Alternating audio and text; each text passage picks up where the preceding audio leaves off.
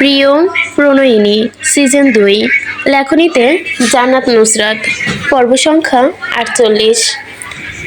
সৌরভী আগের মতোই নির্জীব, না কারোর সাথে বাক্য বিনিময় করে, না খেতে চায়। পাশে বসে একদিন পূর্বে নাজনীন বেগম বুঝিয়েছেন মেয়েটা কাঠপুতুলের মতো শুধু ওপর নিচ মাথা দুলিয়েছিলেন। চোখে মুখে লাবণ্যতা মিইয়ে গেছে, পাংশুটে হয়ে গেছে চেহারা। মৃত প্রাণীর ন্যায় চোখের উজ্জ্বলতা যেন কমে ফ্যাকাশে বর্ণ ধারণ করেছে। কেমন ভূতের মতো হাঁটে বাড়ি জোরে। হঠাৎ কেউ দেখলে ভূত মনে করে হাঁটাটাকে করতে পারে। ঝর্ণা বেগম সেদিন অভিমান অভিযোগ ফেলে ছেলেকে নিতে আসলেও ছেলে এক পা বাড়ালো না ও বাড়ির উদ্দেশ্যে। ধরে বসে রইল এ বাড়িতেই থাকবে বলে। শেষ পর্যন্ত ভরমুখে ছেলের বউকে আর ছেলেকে ছেড়ে গিয়েছে সৈয়দ বাড়িতে ভদ্রমহিলা। দিনগুলো যেন সৈয়দ বাড়ির মানুষের জন্য বিষাদময়কর। আগের মতো ঝরঝর করে দিন কেটে রাত নামে না। রাত যেন ফুরায় না তাদের। চারদিকে ধুধু শূন্যতা। বাড়ি দুটো পড়ে আছে মরুভূমির ন্যায় শূন্য হয়ে। বাচ্চা ছেলে মেয়েগুলো বাড়িতে নেই। তাদের অভাবে খাকা করছে ইট পাথরের দালানগুলো। ইরহাম আগের মতো হাসে না, শুধু গোমরা করে রাখে মুখ সারাক্ষণ। গম্ভীর মুখভঙ্গি করে রাখে সারাদিন। সোফায় বসে কিছু একটা ভাবে। আগের মতো রমরমে ভাব নেই এই বাড়ির দুয়ারে। যেন হাসলেই পাপ হবে সবার। অলস মনে বসে বসে এসব ভাবেন আর কাজ করে নাজনীন বেগম। বাড়ির আজ ঠান্ডা, সৌরভীর নড়চড় নেই। নহল সকাল দুপুর রাত স্বামী স্ত্রী এক জোটে ঝগড়ার আওয়াজ পাওয়া যায়। ইরহাম টু শব্দ করে না নিজের অপরাধ বোধের চাপে, কিন্তু সৌরভী কখনো থামে না। সে তেতো গলায় সারাক্ষণ গালিগালাজ করতেই থাকে। আগে তো মেয়েটা তো গালিগালাজ করতো না, এখন কি করে করে এত খারাপ ভাষা ব্যবহার ভেবে পায় না নাজনীন বেগম। চোখের সামনে নিজের দাম্ভিক নাকের ডগায় বিরক্তি। সারাদিন ভেটকি মাছের মতো ভেটকাতে থাকা নুসরাতের মুখটা ভাসে। খারাপ সঙ্গে গালাগাল শিখেছে। এরপর একে একে বাড়ির ছোট থেকে বড়দের শিখিয়ে নিজেও গালিগুলো। এই বাড়ির কোনো ছেলে মেয়ে এত গালিগালাজ করতো না কোনো কালেই। এমনকি নিজের ভাসুর দেবর কাউকে গালি ব্যবহার করতে শুনেনি নাজনীন বেগম। হঠাৎ হঠাৎ সোহেব সাহেব রেগে খবিশ বলতো, নয়তো রামছাগল, এটাই বলে উঠত। বিরক্তি রাখলে শরীর বাচ্চা, এছাড়া আর কোনো গালি ব্যয় করতো না। কিন্তু তার পেট থেকে বের হওয়া বেয়াদবটা কি গালি দেয়, যা তা জীবনে তো শোনেনি তিনি। ভাবনার অতলে এতক্ষণ হারিয়ে গেল যে নাজনীন বেগম টেরও পেল না এক ধাক্কায় সিল্কে পড়তে থাকা পানির শব্দ। বাহির থেকে যে ইরহাম মেজমা বলে অগণিতবার ডেকেছে তাও শুনতে পেলেন। চাচি নড়চড় না পেয়ে মনে রইল হয়তো বাড়িতে নেই। কিচেনে পানির শব্দ হয়তো তার কর্ণগোচর পৌঁছায়নি। উদ্ভ্রান্তে ছুটলো বাড়ির বাইরে বেরিয়ে চেঁচিয়ে ডাকলো, সৌরভী! নেই সৌরভী আশেপাশে কোথাও। খালি রাস্তায় কিছুক্ষণ পাগলের মতো তাকিয়ে গেটের ভেতরে ঢুকলো। হন্তদন্ত পায়ে আবার বাড়ি ঢুকে গাড়ি নিল। কিতে চাপ দিতেই শব্দ হলো, হর্ন বেজে উঠল। গ্যারেজ থেকে গাড়ি বের হয়ে পাগলের মতো স্টার্ট করলো। রাস্তার গাড়ি উঠতেই উইন্ডো স্ক্রিনে বাহিরে তাকালো সে। এক হাতে হুইল চেপে দেখলো আশপাশ। বিড়বিড় করে আওড়ালো নিজ মনে, Saurabhi, Saurabhi, Saurabhi, I will kill you, idiot. রাস্তায় কালো সালোয়ার কামিজ পরিহিত একটা মেয়েকে দেখে চেঁচালো, এই সৌরভী দাঁড়াও, এই মেয়ে, এই! হন্তদন্ত হয়ে গাড়ি ডোর খুলে বের হলো। চোখ তখন সর্ষে ফুলে দেখছে সে। ভয়ে কাঁপছে বুক থরথর করে। হাত পায়ের অবস্থা মির্গি রোগের মতো। মেজাজ খারাপ। ইরহাম ধামড়া হাওয়ায় শীতল স্পর্শ বয়ে গেল বয়ে। শিরদাঁড়া সোজা করে নিল সে। বাড়ানো হাত গুটিয়ে নিল সামনে মেয়েটা। সৌরভী না, অনুভূতি হলো অন্যরকম কিছু একটার। মেয়েটা আশেপাশে থাকলে যেন বুকের কম্পন হয়, তেমনই হলো। এতে সামান্য টলে গেল নিজের জায়গা থেকে। অতিরিক্ত অস্থিরতা চোখের পাতা ঝাপটালো নিজের। সামনে স্ট্যান্ড করা বাইকের উথাল মিটারের দিকে কোনা চোখে দেখে যেতে গাড়ির ডিক্কি থেকে তাড়াহুড়ো করে ওনা সামলে বেরিয়ে আসতে দেখলো নতুন নববধূকে। চাদরের মতো গায়ে জড়ানো পেঁচিয়ে রেখেছে চাদর, যেন চোরের মতো দিক বিদিক ভুলে সিএনজি স্ট্যান্ডে গিয়ে দাঁড়ালো। আকস্মিক হাসি পেল ব্যাপারটা দেখে ছেলেটার। ঠোঁট বেয়ে বয়ে গেল হাসির ফোয়ারা। ঠোঁট এলিয়ে হাসতে থুতনি টোল পড়লো, গালের এক পাশ সূক্ষ্মভাবে দেবে গেল। পা চালিয়ে যেতে যেতে চোখে এঁটে নিল সানগ্লাস। পেছন থেকে মারাত্মক গলায় ডাকলো, জানে মন।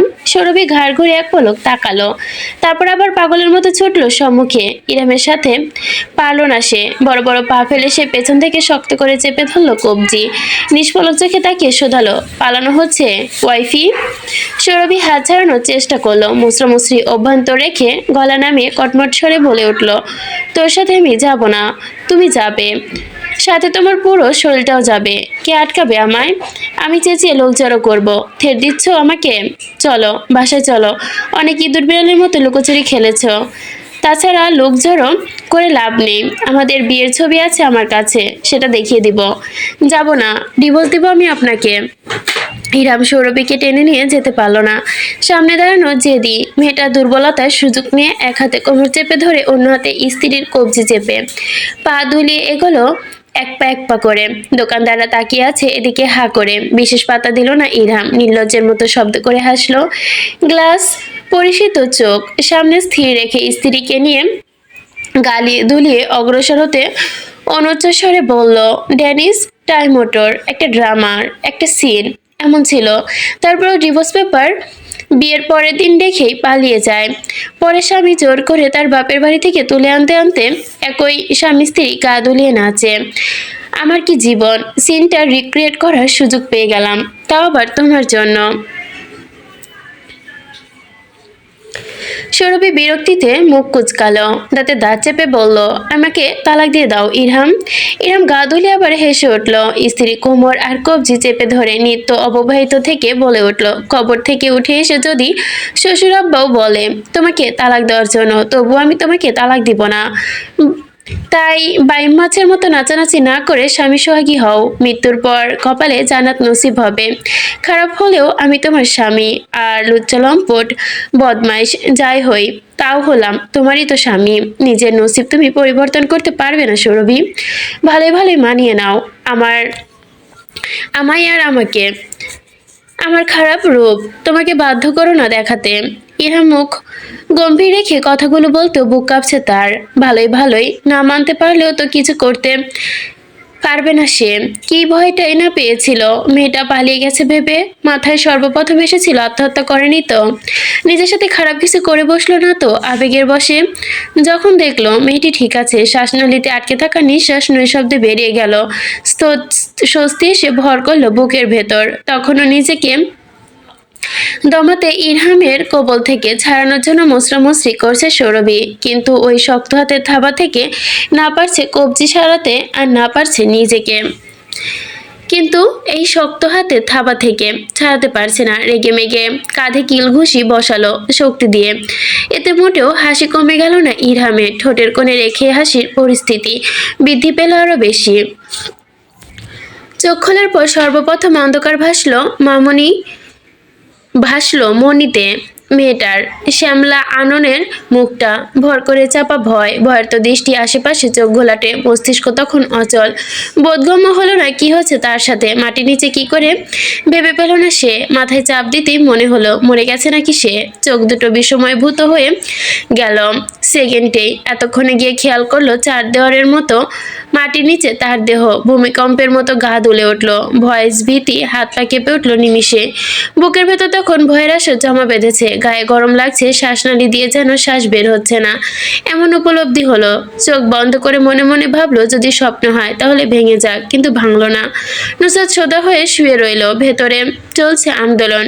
কি ভয়ঙ্কর সেই অনুভূতি। হাঁসফাঁস করে শ্বাস নেওয়ার জন্য পারল না। মিকি রোগীর মতো ছটফট করতে করতে ধূপ করে চোখ খুলে তাকালো সে। চোখের পর্দায় রঙিন আলোয় খোলা সাদা সাদা পর্দা ভেসে উঠল। ঘরে প্রবেশ করেছে শীতল বাতাস।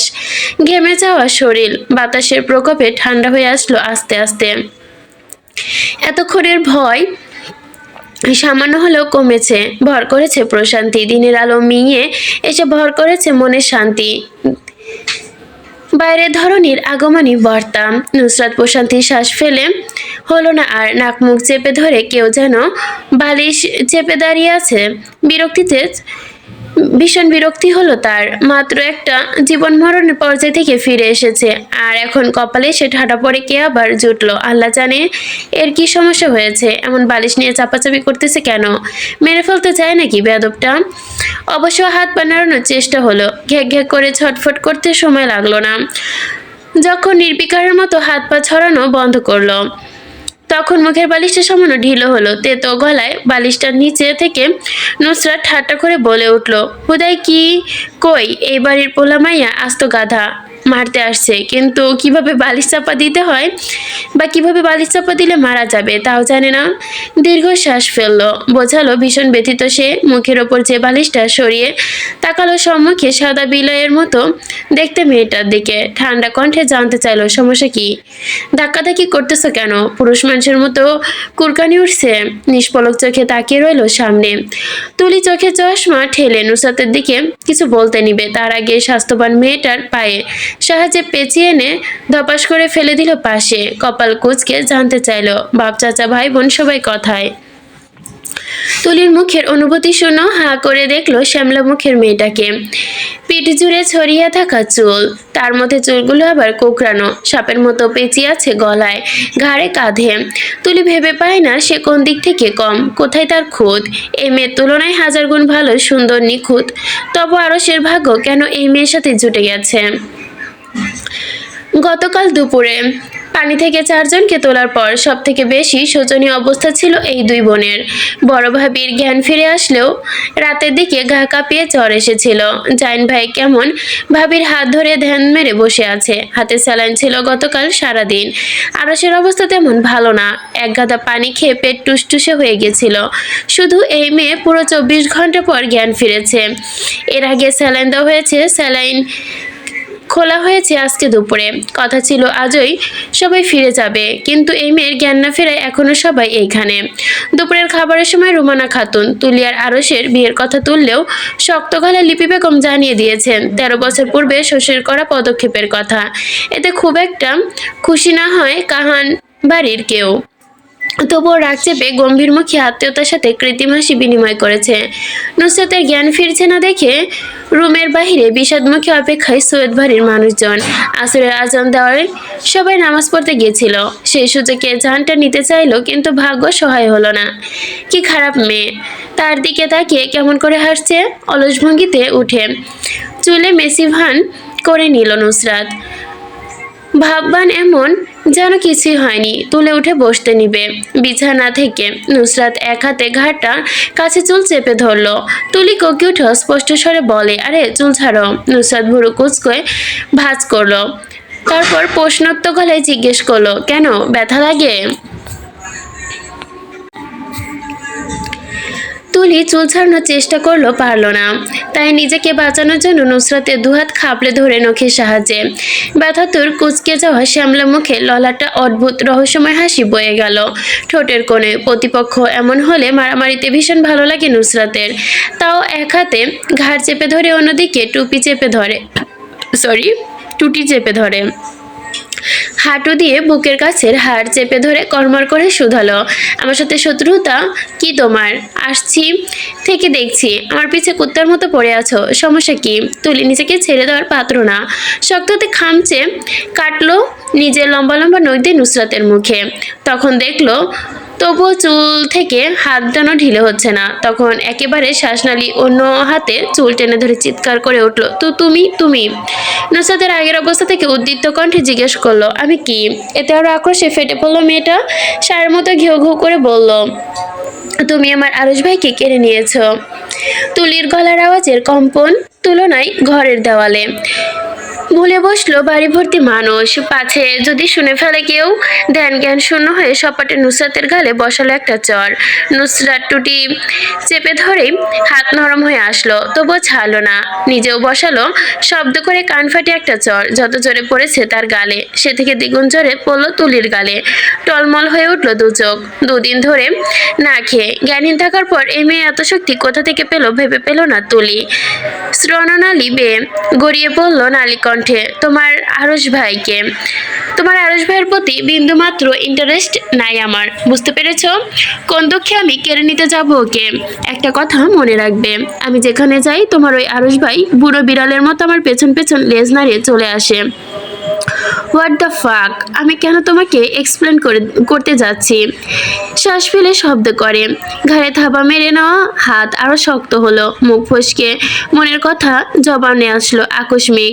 আমরা স্বামী স্ত্রী আমাদের স্বামী স্ত্রীর ব্যাপারে নাক গলানোর তুমি কে? নিজের নাক দূরে রাখো আমাদের থেকে, না হলে কোনোদিন দেখবে নাক খুঁজে পাবে না, নাকটা অন্য কোথাও খুলে পড়ে গেছে। সপাটে অনগলে পড়লো আরেকটা চর তুলির। নুসরাত গা থেকে নেমে এলো, হাত ঝাড়লো, ঝিনঝান ভঙ্গিতে হাত ঝেড়ে বলল, এক গালে থাপ্পড় দিলে বিয়ে হয় না, তাই অন্য গালেও দিয়ে দিলাম। মানব দরদি মানুষ তো আমি, তাই আর কি।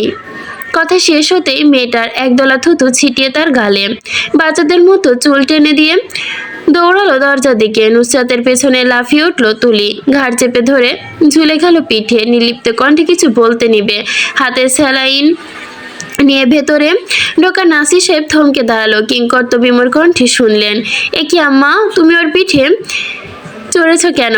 বাচ্চাদের মতো বড় বোনের চুল ধরে চুলাচুলি করছো কেন? তাছাড়া বাচ্চা মেয়েটাকে জ্বালাচ্ছই বা কেন? নুসরাত বিরক্ত মুখে বাবার দিকে তাকিয়ে পিঠ থেকে নেমে আসলো, বলল, উত্তেজনায় চূড়ান্ত শিখরে উঠে গেছে, এজন্য ঘাড় ধরে চুলাচুলি করছি। বাবু হয়ে বিছানায় বসো। চোখে মুখে নমনীয়তা নেমে এসে একে একে প্রবেশ করলো ভেতরের খানবাড়ির সকলে। রোমানা খাতুনের গম্ভীর চেহারাটা আজ অন্যরকম জৌলুস আছে। নুসরাত ঠাওয়ার করতে পারলো না কিসের সেটা, তাই চোখ সরিয়ে নিয়ে বাবাকে শুধালো, ইসরাত কোথায়? ঠিক আছে ও? নাসির সাহেব গোমরা মুখে তাকালো মেয়ের মুখের দিকে, খাবলে অনাচারে গালে দাগ পড়ে গেছে। হাত বাড়িয়ে স্পর্শ করতে নিবে নুসরাত বিরক্ত হলো, শুধালো আবার, নাসির সাহেব ইসরাতের কি হয়েছে? ঠিক আছে ও?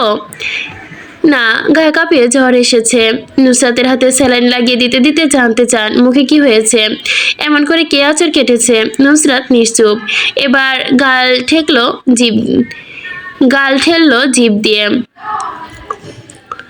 মিথ্যা সাজানোর চেষ্টা করলো, ঘুমের ঘোরে একটাকে আঁচড় কাটতে গিয়ে নিজেকে আঁচড় কেটে ফেলেছি। নাসির সাহেবে বিশ্বাস করে নিলেন।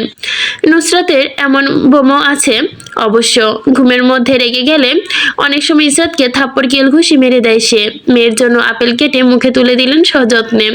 বাপ মেয়ের সামনে যে খানবাড়ির একদল লোক দাঁড়িয়ে আছে তার বিশেষ গোড়ায় ধরে না তারা। নুসরাত একটু বেশি কথা বলে, মানে যা মুখে আসে তাই আর কি, মুখ ফাটায় আর কি। ফাট হওয়ায় আপেলের পিসটা খেতে খেতে জিজ্ঞেস করে বসলো, সবাই বেঁচে আছে নাকি দু একজন আল্লাহ তাআলা তার কাছে তুলে নিয়েছে? ধপাস করে পিঠে একটা কিল বসালো নাসির সাহেব। নুসরাত হাসতেই দাঁত বের করে হে হে করতে করতে ঢলে পড়লো বাবার গায়ের ওপর। আপেলের একটা স্লাইড কামড় দিতে দিতে শান্ত মুখে দাঁড়িয়ে থাকা রুমানা খাতুনকে দেখলো এক পলক, এখন একদৃষ্টে তাকিয়ে আছে তার ওই দিকে, বিশেষ পাত্তা দিল না। সরাসরি কিন্তু ভেতর থেকে ঠিকই খানবাড়ির সবার গোষ্ঠী উদ্ধার করলো হ্যাবলার মতো। চাইয়ে আছেন কেন? মহিলার সমস্যা কি? নাসির সাহেব মোবাইলে হঠাৎ করে অফিসিয়াল কল আসায় তিনি আসর ছেড়ে উঠে আপেলটা সেন্টার টেবিলের উপর রেখে চলে গেল রুমের বাহিরে। ততক্ষণে টুম্পা, পুষ্পা, পলি, আতিক আর স্বার্থ চলে গেছে নিজ নিজ কাজে। রয়ে গেছে তখনও রুমানা খাতুন। বয়স্কা যাওয়ার অপেক্ষায় নুসরাত। বয়স্কা গেল না কেন? ঠোঁটের কোণে হাসি ঝুলিয়ে এগিয়ে এসে বসলেন পাশে। নুসরাত বাঁকা চোখে দেখলো ভদ্র মহিলাকে। হাসিটা হজম হলো না ঠিকই, সত্য কথা পেটে চাপতে ধরে রাখতে পারে না সে। এমন মিথ্যা হাসি হাসছেন কেন? কেমন অদ্ভুত লাগছে। ফোঁস করে হাসিটা হাওয়ায় মিলিয়ে গেল যেন আরশের নানির। রোমানা খাতুন তবুও গা ঘেঁষে বসা থেকে দূরে সরলেন না। পিঠে হাত বুলিয়ে দিয়ে কোমলতার সহিত দুপুরের কথাটা জানার পর থেকে মনটা আনচান করছিল কথা বলার জন্য নাত বইয়ের সাথে, তাই মেকি মিষ্টতার ঠোঁট বলিয়েন তিনি। গম্ভীরতা একপাশে ফেলে নাতনির হয়ে কথা বলার জন্য দীর্ঘ সময় মনও রইলেন, ভেতরে সাজিয়ে নিলেন কথাগুলো। তখনও পিঠে অব্যাহত রোমানা খাতুনের হাত বোলানো। নরম স্বরে নুসরাতকে বোঝালেন, মেয়ে মানুষের নরম হতে হয়, আদব কায়দা থাকতে হয়, ভদ্রতা চলন বলনে হতে, পানির মতো স্বচ্ছ সরল। পানি যেমন যে পাত্রে রাখা হয় তেমন আকার ধারণ করে, মেয়েদেরও তেমন হতে হয়, উগ্র বেদ বেপরোয়া, ভাবলেশী নজরে জীবন চলে না। তুই আরস যদি দুজন দুজনকে এমন জেদ দেখাস তাহলে হবে কিভাবে? একজনের তো কোমল হতে হবে। তুই না হয় একটু কম্প্রোমাইজ কর। আরস নিজের দিক থেকে যথেষ্ট নরম তোর প্রতি, তুই চাইলে আরো হবে। আমি কথা বলবো ওর সাথে, বুঝতে পারছিস আমার কথা? নুসরাতের মাথা দোলালো, একতালে ওপর নিয়ে জানালো সে সব বুঝতে পেরেছে। রোমানা খাতুন ভুরু উঁচিয়ে নুসরাতকে শুধালেন, কি বুঝেছিস তুই? নুসরাত মুখ ফোঁস করে বলে উঠল, জয় বাংলা। তারপর বয়স্কের চেহারা দেখার মতো হলো না, রাগে লাল হয়ে ধাক্কা মেরে সরিয়ে দিল দূরে। নুসরাত সরলতা না উল্টে গিয়ে বসলো, নিষ্পলক আদল দেখে পিটপিট করে চেয়ে রইল। শ্রবণ ইন্দ্রিয়ই প্রবেশ করলো ঝাঁঝ মেছালো স্বর, হতচ্ছাড়ি মেয়ে সর এখান থেকে। নুসরাত নির্লিপ্ত স্বর, আমি তো সরেই বসে আছি, আপনি নিজেই লেগে বসেছিলেন। এই যে দেখুন। রোমানা খাতুন এক পলক দেখলো, তারপর যেমন নম্র পায়ে এসেছিল ঠিক তেমনি এক পাশে শক্ত পায়ে ফিরে গেল। নুসরাত 24 ঘন্টার বেশি জ্ঞানহীন থাকায় সে ওই 24 ঘন্টায় কি ঘটেছে সে সম্পর্কে জানে না। তাই আহানের কাঁধের ওপর ভর দিয়ে হাঁটছে বাড়ির ভেতরে। আকস্মিক পা থামে আহানের দিকে তাকিয়ে বলল, ও মা, এই মগা? আহান বোনের পানে তাকিয়ে জানতে চাইলো, আমাকে বলছো? তেরা উত্তর আসলো সামনের মহিলার কাছ থেকে, না আমার জামাই বলছি। অনেকক্ষণ সামনে থেকে পেছনে নুসরাতের কথায় হাঁটাহাঁটির পর সে বলল, চল জায়েন ভাই রুমে চল।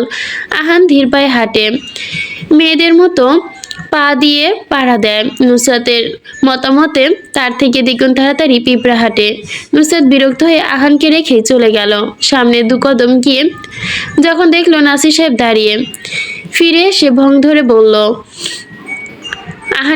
ফিরে এসে ভং ধরে ফেলল। আহানের কাঁধে ভার ছেড়ে দিয়ে নিভু নিভু চোখে তাকালো, এমন ভান ধরলো যেন এই পড়ে যাবে সিঁড়ি থেকে। আহান টেনে নিয়ে যেতে যেতে নাটকবাজ বোনকে, এতক্ষণ সুস্থ ছিল আর যেমনি মানুষ দেখলো অমনি অসুস্থ হয়ে পড়ে গেল।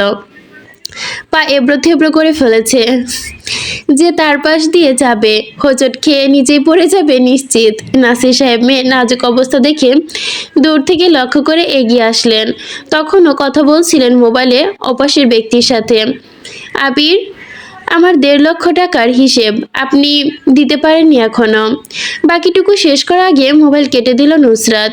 গলা ফাটিয়ে চেঁচালো, এই বলদ মগা আকৈশমা, আমার বাপের কোম্পানি টাকা মেরে খাস তুই, হজম হবে না ভেতরে, হজম হবে না। হারাম খাওয়ার জন্য ডাইরেক্ট জাহান্নামে যাবি ইনশাল্লাহ। নাসির সাহেব মোবাইল টেনে নিয়ে কল কেটে দিলেন। বাবার সন্দেহন চোখে নিজের দিকে দেখতেই নুসরাত আবার ভয় ধরে ফেলল। মেয়েকে বাহুতে নিয়ে সামনে অগ্রসর হতে স্পষ্ট কণ্ঠে আওড়ালো, সিনেমার অংশ গ্রহণ করতে গ্রিনিস বুকিং নম্বর 1 অভিনেত্রী হিসেবে পরিচিত পেতে চলেছ তুমি। তারা চোখে তাকিয়ে বাবা ভাইকে রেখে নুসরাত ইসরাতের রুমে সামনে গিয়ে দাঁড়ালো। দরজায় নক করে গটগট করে ভেতরে গেল।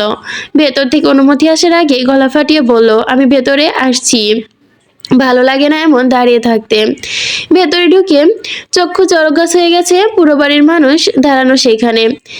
জাইন তর্ক করছে নানির সাথে, সে এখনো আর এক মুহূর্ত এখানে থাকবে না। ভদ্র মহিলা নিজের ঝাঁঝ মিশিয়ে কথা বলছে, কারোর সাথে কেউ কম না। জাইনও বলছে, তোমাদের বাড়ি আসার পর থেকে আমার বইয়ের পেছনে পড়ে আছো, আমার সামনে নয় তা করছো, যা তা করছো, আমার অগোচরে না জানি কি করেছো। তারও কিছু প্রমাণ অবশ্য আমার কাছে আছে। একবার খেতে দেয়নি, একবার তোমার বউকে গালি দেয়নি, সারাদিন কাজ করায়। আমি বউ নিয়ে এসেছি নাকি তোমাদের চাকরানি নিয়ে এসেছি?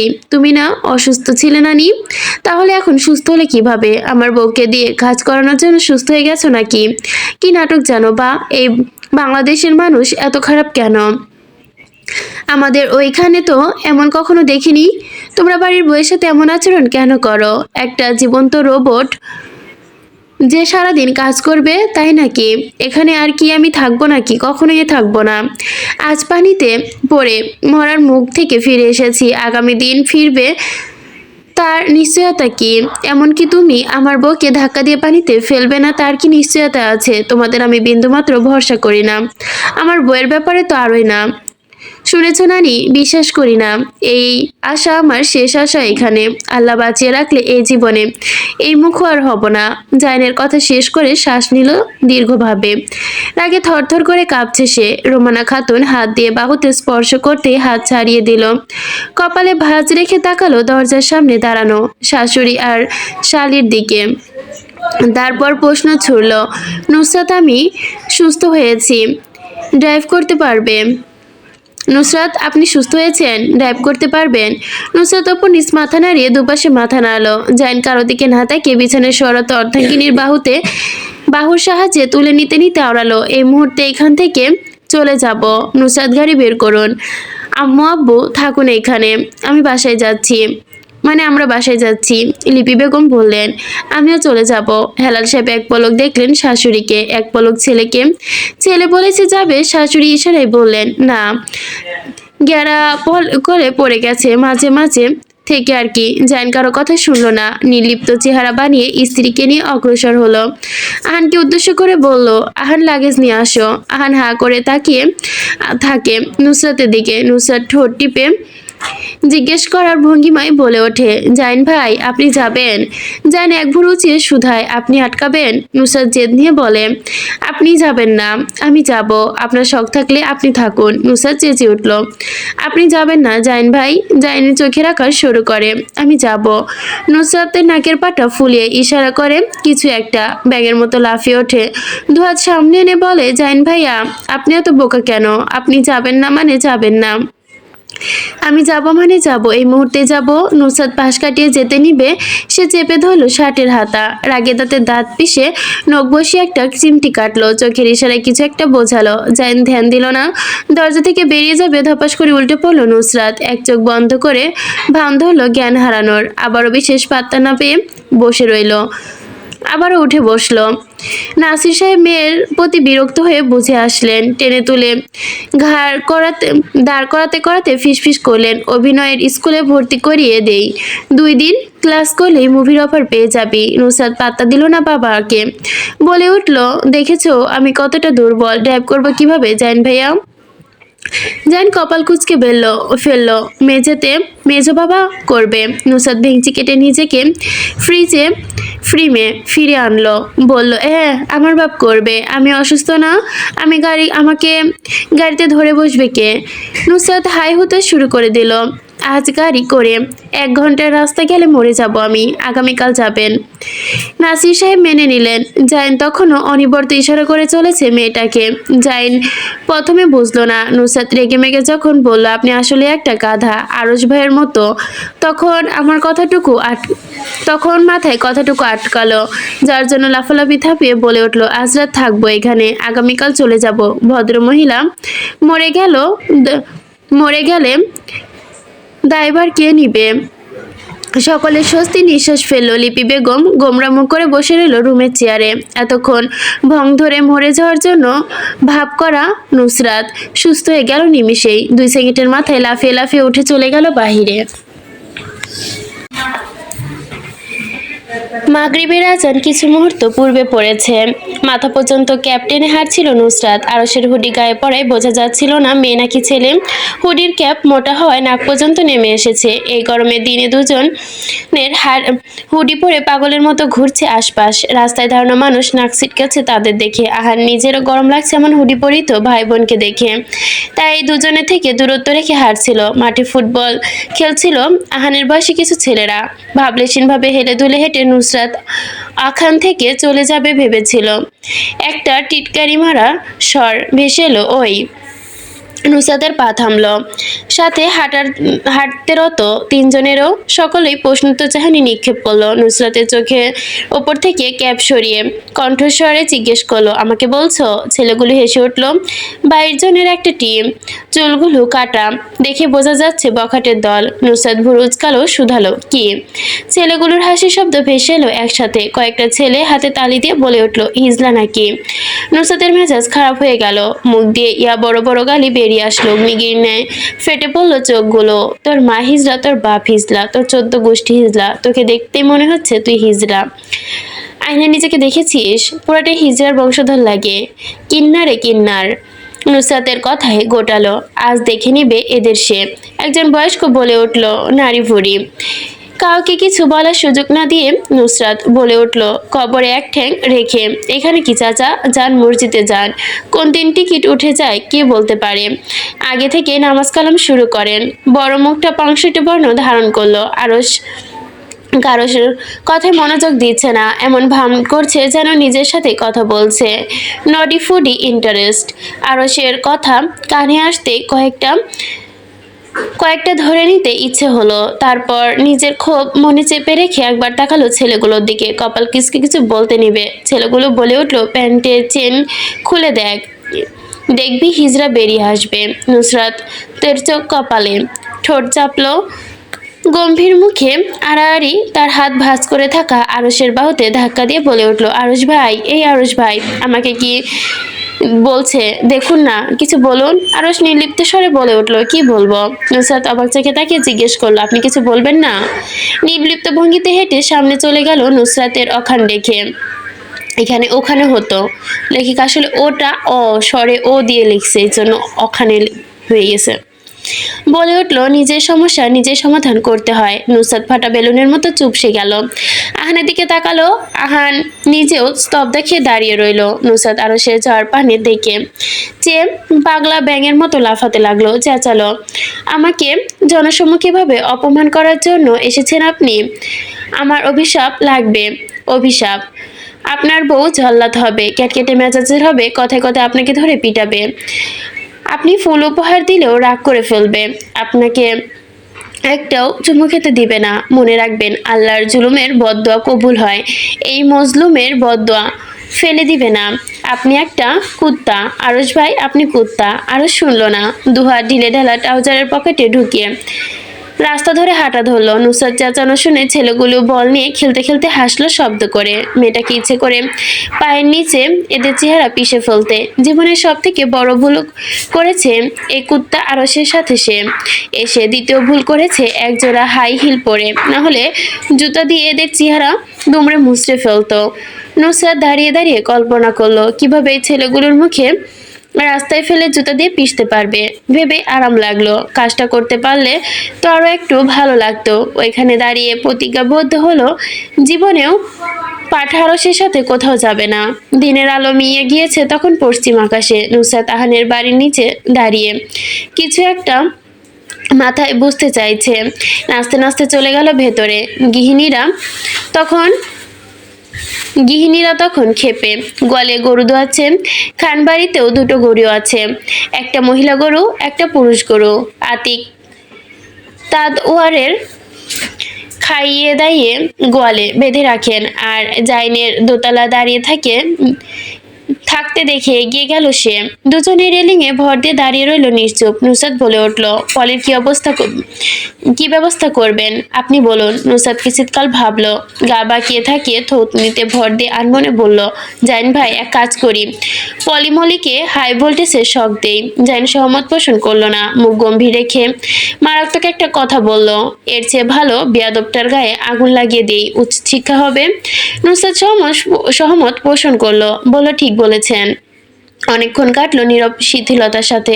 হঠাৎ নুসরাত জাইনের দিকে তাকিয়ে বলল, আপনি আমার সাথে কি কি করেছেন তা ভুলিনি। নুসরাত ইসরাতের খাতিরে আপনার সাথে হাত মিলিয়েছি বলল, আর আপনি যা যা করেছেন আমার সাথে তাও মনে আছে আমার। আপনি যে কান ধরে উঠবোস করিয়েছেন, আমার ভিডিও গ্রুপে ছেড়ে দিয়েছেন তার বেলা, আর আপনি যে আমার বউকে লুকিয়ে নিজের বউ সেজে বসে গিয়েছিলেন তার বেলা। তাছাড়া আমার কাছ থেকে 1,00,000 টাকাও নিয়েছেন প্রশংসা করার জন্য। প্রশংসা করলেন না, উল্টে বদনাম করলেন। সব পই পই করে মনে আছে আমার। আহান হঠাৎ কোথা থেকে উদয় হলো পিছু হতে, আশ্চর্যজনিত কণ্ঠে বলে উঠল, তুমি তো বলেছিলে আপু মাত্র 5,000 টাকা দিয়েছে ভাইয়া, তাহলে বাকি টাকা কোথায়? নুসরাত হে করে হাসলো, বলল, গরিবদের বিলি করে দিয়েছি। আহান ক্ষীণ চোখে তাকিয়ে থাকতে দেখে বলে উঠল, আমাদের ঘরের গরিবের ভেতরে বিলি করেছি। ইরহাম আর আমি ভাগ বটরা করেছি, তোকে না 2 দিলাম। আহান আর কিছু বলতে নিবে। নুসরাত বলে উঠল, হয়েছে হয়েছে, আর কথা আমি বলতে চাই না। এক প্রকার পালিয়ে গেল সে। আহান তব্ধ মুখে চেয়ে রইল। বোনের ঝড় পানে বিড়বিড় করলো, চোরের ওপর বাটপারি করে ভদ্রমহিলা। সাথে তখন কাপড় নেড়ে দিচ্ছিল পলি। সন্ধ্যা দিকে প্রতিদিন সে শাওয়ার নেয়। কাপড় নেড়ে দেওয়া শেষে রেলিংয়ে বিহীন শেষ সীমানায় দাঁড়িয়ে কিছুক্ষণ আশেপাশে চোখ বুলিয়ে ঘুরে তাকালো। পেতনির মতো এসে উদয় হলো নুসরাত। ভয় দু কদম পিছিয়ে গেল সে। বুকে ফু দিয়ে ভয় দূর করতে নিবে, তাতেই ব্যাঘাত ঘটিয়ে নুসরাত বলে উঠল, তোরা মা মেয়ে আস্ত বিয়াদব। বিবাহিত এক বেটার পেছনে হাত পা ধুয়ে লেগে আছিস। বেটার বউ থাকতে বিয়ে করা তো শখ কেন তোর? পলি পাশ কাটিয়ে চলে যাবে ভালো মনে করলো। এই মেয়ের সাথে সে কথা বলতে মোটেও আগ্রহী নয়। পাশ কাটিয়ে যেতে নিবে নুসরাত সামনে এসে দাঁড়ালো। শান্ত কণ্ঠে জিজ্ঞেস করলো, ইসরাতকে পানিতে ঢাকা দিয়েছিলিস কেন? অস্বীকার করলো পলি। বলল, কখন, কোন সময়? তুমি নিজের চোখে দেখেছো আমি ধাক্কা দিয়েছি? অবশ্যই, আমার এই দু চোখ দিয়ে দেখেছি। তুই আমার বোনকে ধাক্কা দিয়ে নেড়ে মতো দাঁত বের করে হাসছিলি। পলি দাঁতে দাঁত চাপলো। হিসিসে বলল, তাহলে তোমাকেও রাস্তা থেকে সরিয়ে দেই। আরশের বউ না তুমি? একটাই তো পথের কাঁটা, সরবে। নুসরাত হাসলো। এক পা এগিয়ে আসলো পলির দিকে। পলি দিকে তাকাতেই পৈশাচিক হাসি আসলো। বলল, এত সাহস আমাকে মারার আগে তোকে আমি ভাসিয়ে দিব পৃথিবী থেকে। কিছুক্ষণের জন্য যেন থেমে গেল শ্বাস। আবারও বলল, মানুষের তরতরে তরপত মরতে দেখে আমার ভীষণ ভালো লাগে। এমনি এমনি নিজের শত্রু বানালে আমার বোনটাকে না জানি পাবে জাইনকে, না দেখতে পাবে এই পৃথিবীর আলো। আরেক পাগালো পলির দিকে, মুখের কোণে শীতলতা হাসি ঝুলিয়ে। বেশি কথা বলা আমার আবার পছন্দ না, তাই কথা কমাই বলা উচিত। আমি চেঁচাবো? ভয় পাই নাকি? চেঁচাও, কিন্তু চেঁচানোর জন্য সময় থাকবে না পলি তোমার কাছে। অনেক সময় ওয়েস্ট করেছো আর আমার তুমি। Now time to say fucking goodbye. Nusrat পলির দিকে ঝড়ের গতি এগিয়ে সে মিনিটেই দিল চুকিয়ে দূরত্ব। কোনো পূর্ব সতর্ক ছাড়াই ঠেলে দিল রেলিংবিহীন ছাদের ওপর থেকে। ভয়ে পলি বাকরুদ্ধ হয়ে গেল। গোল গোল আঁখি যুগল ভাসল। পৈশাচিক আনন্দ বের করা মেয়েলি দাঁত অবায়ক। কানের কাছে ভয়তো শব্দ হিসিসে বাজলো। কোনো কাজ হলো না তাতে। মাথা যেন কোনো প্রতিক্রিয়া নেই। এক বিপরীত সবার প্রতিক্রিয়ায় রইল। রেস্ট ইন পিস, গেন গুড বাই। পলি যতক্ষণে বুঝলো কি ঘটেছে ততক্ষণে দেরি হয়ে গেল। চোখ বন্ধ করে চেঁচালো গলা ফাটিয়ে। যখন বুঝলো বাঁচার সম্ভাবনা নয় তখন অচিরে জ্ঞান হারালো। পলি চিৎকার কেউ শুনল না। অতিরিক্ত শক্ট হয়ে গলার আওয়াজ যেন আটকে গিয়েছিল তার। নুসরাত হাত ঝেড়ে উল্টো ফিরতে মুখোমুখি হলো আরশের। নির্লিপ্ত থাকার চেষ্টা করলো। নির্বিঘ্নে পাশ কাটিয়ে যাবে কবজি চেপে ধরে সামনে দাঁড় করালো তাকে। কেউ কোনো কথা বলল না। নুসরাত হাত ছাড়িয়ে যেতে নিয়ে পারল না। ঢোক গিলল, দীর্ঘ শ্বাস ফেললো। কণ্ঠে জাহাজ মিটিয়ে শুধালো, সমস্যা কি? কথা আছে তোর সাথে? রুমে আপনার সাথে আমার কোনো কথা নেই। চোখ রাঙিয়ে বলল, বলছি না কথা আছে।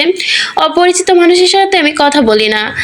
পরিচিত না অপরিচিত পরে বুঝবি, আগে শোন কথা আছে। নিচ থেকে শোনা গেল হাই হাই করে ওঠা আতিকের চিৎকার। ভদ্রমহিলার সামনে বোকা প্রকৃতির মাত্র গোয়ালঘর থেকে বের হয়েছিল, কিন্তু ভাইয়ের মেয়েকে মাটিতে জ্ঞানহারা হয়ে পড়ে থাকতে দেখে চিৎকার করে লোক জড়ো করতে শুরু করেছে। সবার কথার মধ্যে রুমানা খাতুন সন্দেহহীন কণ্ঠে বলে উঠল, ছাদে উঠে দেখে আসো তো কেউ আছে কিনা।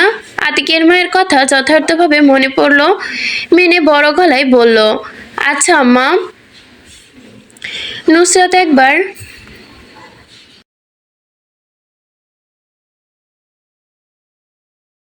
আতিক মায়ের কথার যথার্থ মেনে বড় গলায় বললেন, আচ্ছা আম্মা।